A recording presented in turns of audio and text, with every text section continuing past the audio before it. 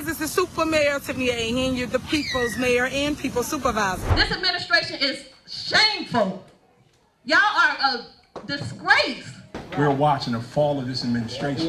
Did Mayor Tiffany Henyard just cross the ultimate line? The latest news from Dolton is shaking things up in a way nobody saw coming. Grab your popcorn, because the drama between Mayor Tiffany Henyard and her former right-hand woman, Carmen Carlisle, has taken a dark, almost unbelievable turn. Rumor has it that Henyard, the self-proclaimed super mayor, might be behind a recent attempt to Tom Carlisle's life. That's right, folks, things have escalated beyond political mudslinging into potentially life-threatening territory. But what really went down?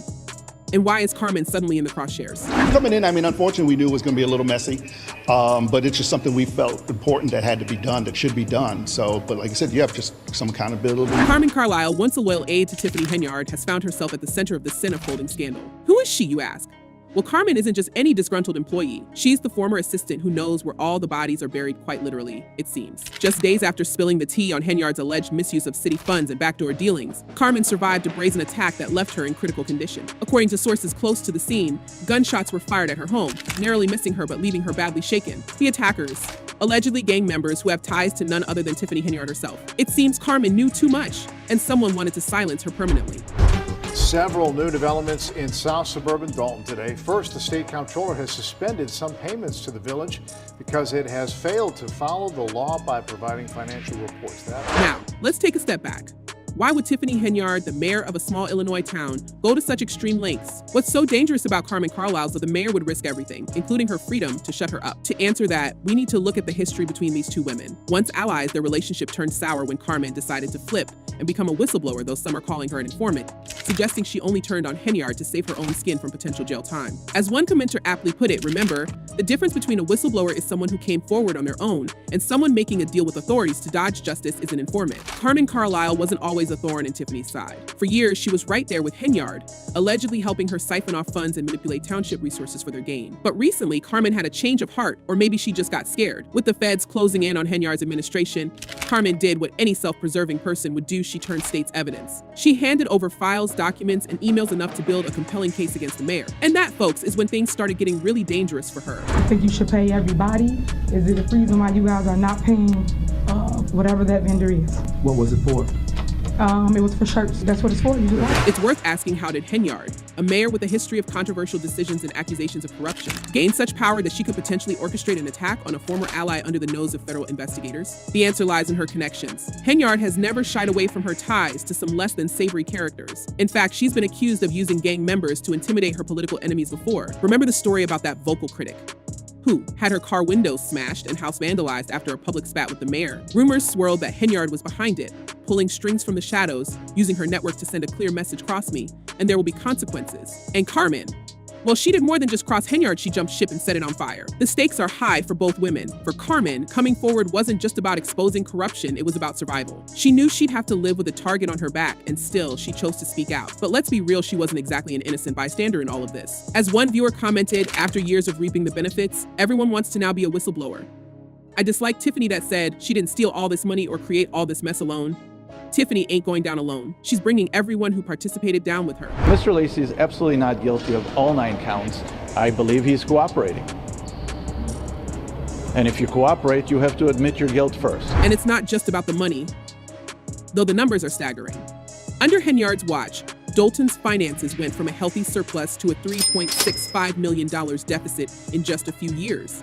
How did it happen? According to former Chicago Mayor Lori Lightfoot, who's now leading an independent investigation into Dolton's finances, Henyard was on a spending spree racking up tens of thousands of dollars on first-class flights, luxury hotels, and even lavish dinners. There are receipts for it all $43,000 on Amazon in a single day, tens of thousands more at places like Target, Walgreens, and even on her personal photographer. All this while Dolton, a small town of just over 20,000 residents, struggled to keep its head above water financially. No wonder the feds are all over this case like white on rice. Mayor Henyard is in a situation where she feels like she's under attack. But the corruption goes deeper. Henyard's critics argue that she's running Dolton like her personal fiefdom, using taxpayer money not just for lavish personal expenses, but also to fund a private security detail that rivals those of big city mayors. Former Dolton Police Chief Robert Collins recently blew the whistle on this as well, claiming that Henyard's demand for a large personal security detail was stretching the town's already thin police force to the breaking point. We needed those officers to be on the street fighting crime, Collins said. Instead, we have several officers that are riding around protecting the mayor. In a town plagued by gangs, substances, and violence, the last thing they need is a mayor using up police resources for personal protection. Fox 32 has investigated Henyard's use of a police security detail, taking officers off the street and costing thousands of dollars. And let's not forget the FBI's ongoing investigation.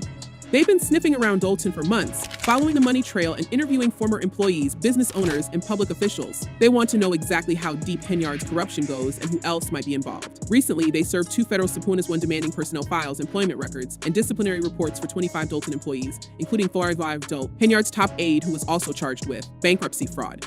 The second subpoena was more targeted, requesting records specifically related to Freeman and his potential ties to Henyard's alleged misdeeds.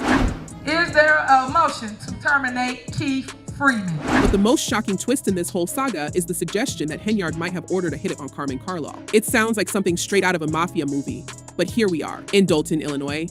According to insider sources, there's evidence linking Henyard to gang members who carried out the attack on Carmen. And this isn't the first time Henyard has been accused of using violent tactics to silence her enemies. A few years ago, she allegedly hired a hit on another political rival who dared to criticize her in a public forum. That rival was attacked outside her home, but managed to escape with her life. Now, with Carmen barely clinging to hers, many are asking if Henyard has finally gone too far. Who would make a one-day purchase of over $40,000 to Amazon? And the main thing is, what is it? And while Henyard continues to deny all allegations, insisting that she's being targeted by her enemies in a politically motivated smear campaign, the evidence against her keeps piling up. Residents of Dolton are fed up, calling for her resignation and demanding justice. You're not accountable. You don't respect people who don't agree with you. You're not qualified for that seat, one woman shouted at a recent town hall meeting, voicing a sentiment shared by many in the room.